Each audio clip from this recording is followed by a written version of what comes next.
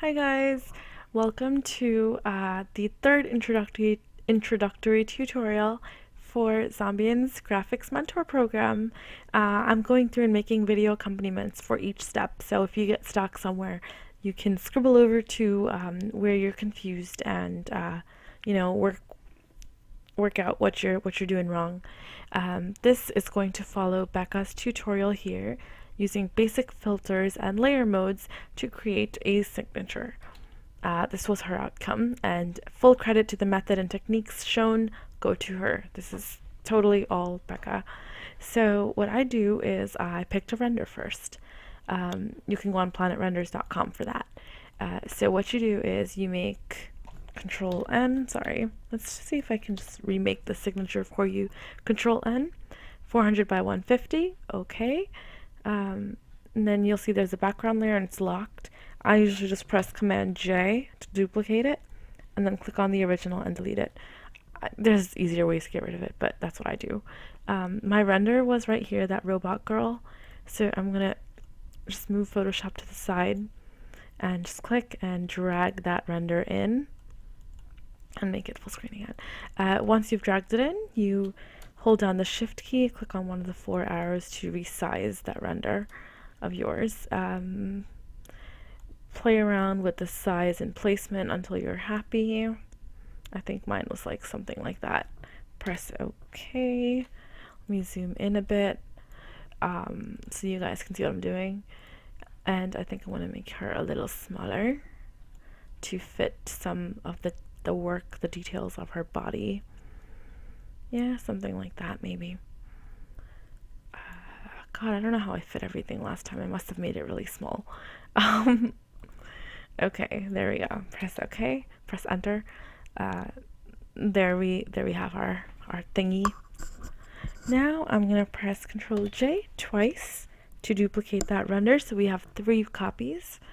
In layer 1, or our background layer, I am gonna select a dark purple from the tag, press the paint bucket tool or press G on my keyboard and paint that background layer.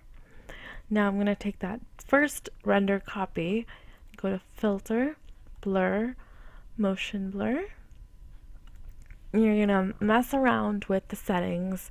I have it set to angle 53 and a distance of 344, but you can move that, down to less or more depending on whatever effect you're going for.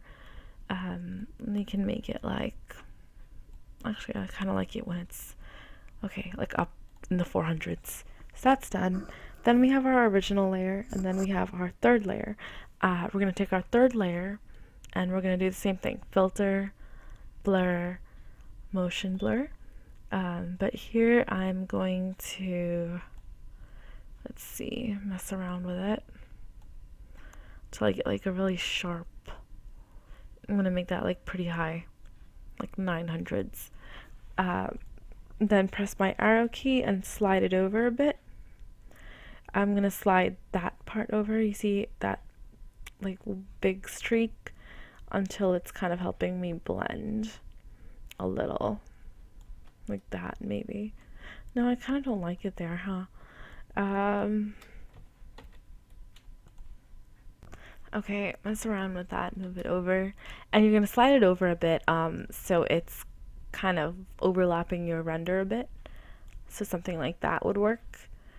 Hold down Shift to make sure you don't drag it up or down. Press OK for that.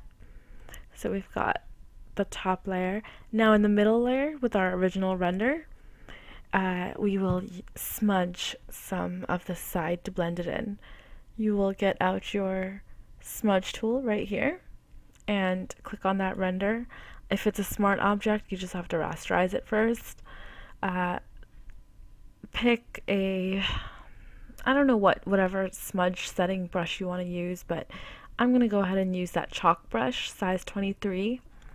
And under brush, mess around with the shape dynamics a bit. I think I kept mine pretty small. I spaced it a bit, and then I added some scattering just for very basic smudging. Let me get rid of the spacing and make the size jitter, angle jitter, roundness jitter. Yay, fun stuff. space. Okay. And strength, I left it in the 40s, and then I just took it and look at that. Smudge. So I'm gonna smudge these parts right here, right? Just so it blends in with the background a bit. So smudge, smudge, smudge, smudge, smudge. Actually, I don't want to smudge that part so much. And then down here, I kind of smudged the hand parts a bit there. But actually, no, maybe not that much smudging the hand. Smudge a bit, wherever you think is necessary. And down there, smudge.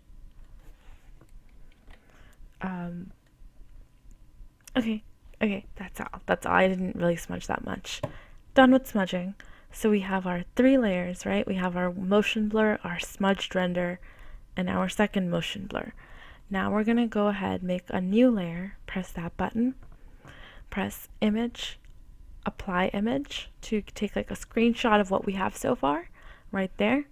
And then we go to filter,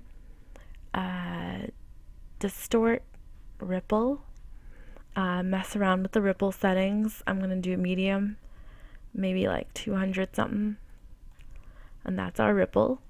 You're gonna set that to lighten, or you can also set it to screen, depending on what you're like going for. I think lighten is what I prefer, because it doesn't over brighten anything. Then you take your eraser tool and erase where necessary using a fluffy, soft white brush. Up the opacity to maybe like in the 70s. Just get rid of that over her face, and whatever original details you want to preserve, you would just you would just go ahead and erase the distortions there. The butterfly, I want her to look cool and normal. The hands, I want looking fine. Everywhere else can be rippled. I'm okay with that. So there we have it. So this is after our rippling layer. Then we can go ahead and add some texture. To add texture, we make a new layer. Click on our brush tool, and that same chalk brush we used to do the smudging, right? That 23 pixel or 36 pixel, whichever chalk brush you picked, go in there. Apply the settings that Becca had. Sorry, I pressed pause the recording by accident. Applied Becca's settings here, which you can take a look at here in the original tutorial. Alright, so I applied those settings, and in my new layer, I'm going to take my brush, and it's supposed to paint with a dual color. I don't know, for some reason that's not working on my palette, but so what I did is I have that first layer, and I'm going to brush around wherever I want texture, like here, right? And then I just switched colors by switching over to the pink, and then I kind of brushed around with my second color wherever I wanted that to show up. Yay, smudge, smudge, smudge, smudge, smudge, smudge. Not really smudge, but you get the point. And then I would just switch over periodically with the blue. And I mean, it looks kind of messy right now, but then I changed the blending mode to soft light, and you see how it's just adding some texture when you lower the opacity. It's not really doing that much, and I think I overdid it there, so I can just erase some of that. But anyway, you see the point. It just adds some nice texture here. For example, I want some blue, right? Texture, texture, texture, texture. I have like the Mario theme song, like that do stuck in my head. Anyway, that's that. That's texture. Next, we go ahead and we click on adjustment layers, gradient map, and you're going to pick a dark color and a light color from your signature. So what I like to do is actually to do a proper gradient map is, let me delete that. What you do is you make a new layer, right? Everything is on its own layer. New layer.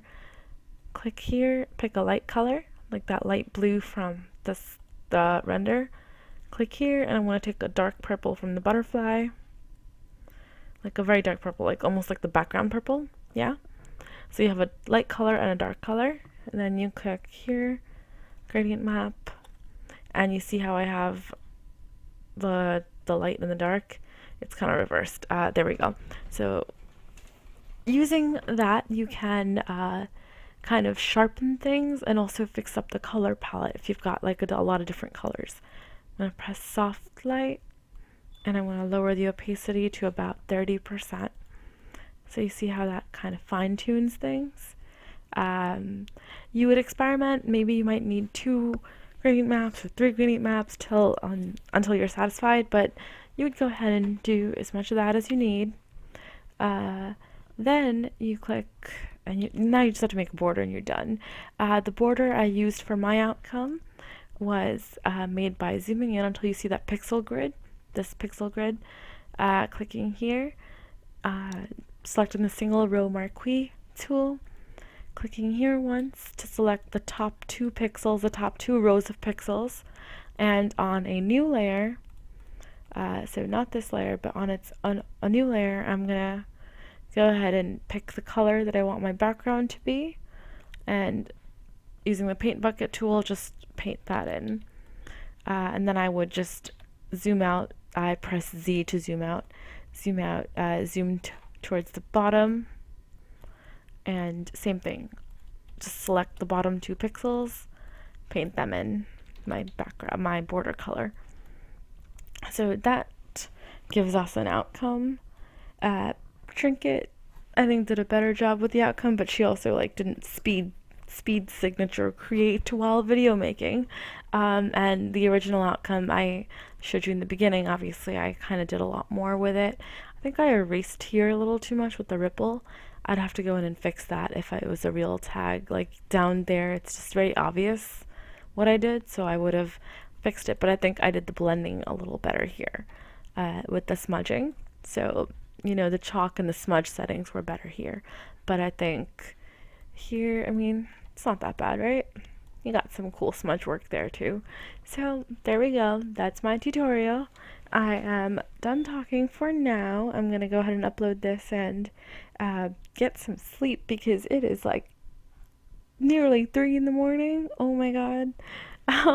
Thank you for listening. Good luck. I hope this taught you a little bit about how to work your way around Photoshop. If you want to participate in the program, go ahead and join our website, Zombians.com. You know I have to like endorse it, right? Zombians.com. We have a whole mentor program, and we have a lot of great tutorials. There's like, I think 60 in the program, and you've got a whole team that's there to help you throughout the entire way, critique things, comment on things, help you when you get stuck, make videos like this one, so you can follow along really, really easily.